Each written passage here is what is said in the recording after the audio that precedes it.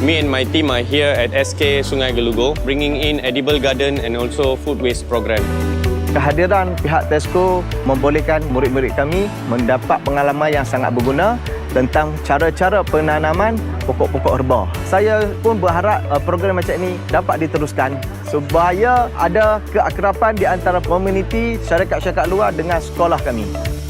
Apa yang Tesco bawakan sangat satu yang baik, berguna untuk mereka kerana pengalaman mereka untuk menanam pokok ni bukan senang kita nak dapat, ya. Saya ucapkan ribuan terima kasih kerana membawa program ni ke sekolah kami.